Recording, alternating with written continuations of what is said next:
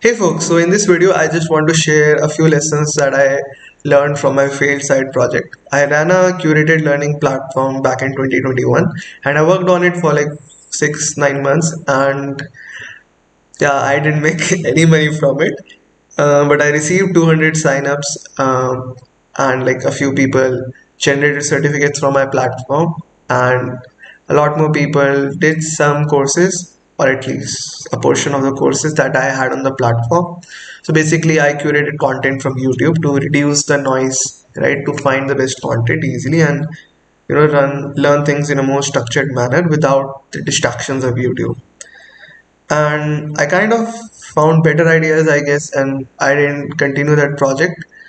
And yeah, but I learned a lot of valuable lessons from that failed side project, which are helping in my current endeavor, which is DevKit. And I think I'll just share with them, and hopefully they will also be helpful for you.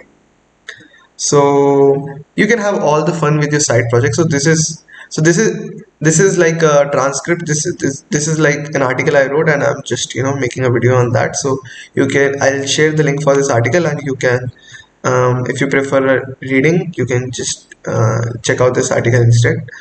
So it's great to run a side project. It takes a lot of energy, and if you're passionate about it, you can make it very popular. But growing it into a business is a different challenge altogether, right? And if you're trying to grow it into a business, there are a few things that you should keep in mind at least. And I'm talking from my personal experience. I might be wrong, I might be right, but yeah, this is just my experience. So I mean, I learned three main lessons, and I'll just start with the first one. So I built my app in Svelte because I was like really fancied by Svelte, like very simplified, state management and state updation compared to React. And I thought, Svelte is great. But actually, if it would have been better if I had used React, because I had a lot of expertise in React, and I could also have reused a lot of code that I had written in the past. So, using a new or a fancy framework for fun for your side project is not really good. You use it to use something you're familiar with to build your side project. I was more familiar with React, so I should have used that instead. And I also, in between, kept optimizing parts of my application. Like I had an API server, and I tried to, recreate it in Go just to get performance. And I don't know why I was thinking about performance. I had barely any engagement on my platform, and I was thinking about performance and doing whole rewrites in Go. And I was maintaining these multiple code bases of an Svelte app, a Node server, and a Go server. It was completely hodgepodge.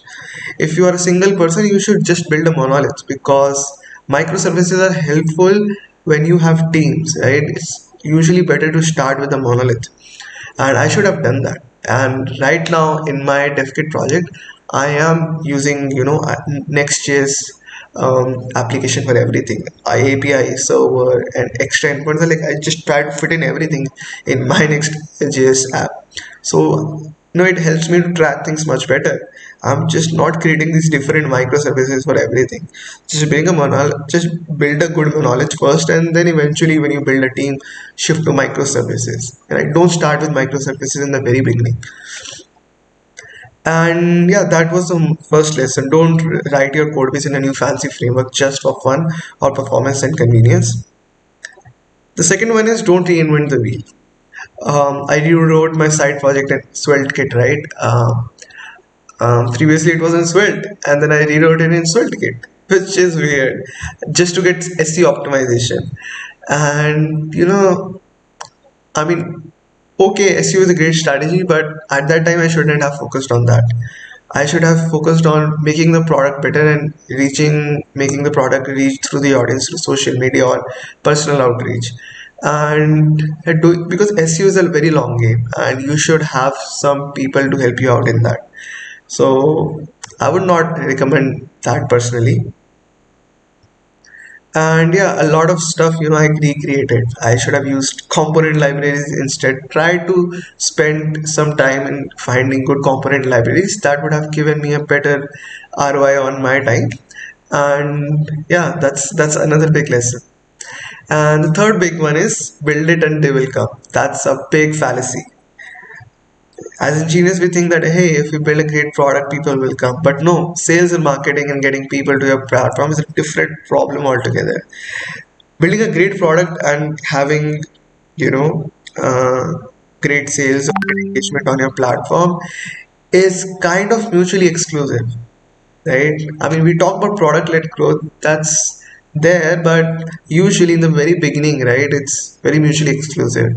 And you should, bring a whole game, like reach out to people on social media, make them use your platform, make your friends and family use the platform, and invest time in marketing, at least 30 to 40%. I have, gotten this advice over and over from different people in different contexts that they should have spent more time on marketing, organic marketing through social media or blogs or anything. And yeah, because people don't know about your product if you don't have already a following, right, on any big social media.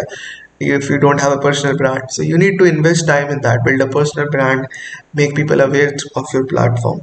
So before starting a project, be aware that you would have to spend you should spend a lot of time in marketing and sales, because things don't happen that way. You build it and they become automatically. No, you do have to do product launches, you have to reach out to people, you have to talk to people regularly, and that's how you and that's how you grow a side project into a business eventually.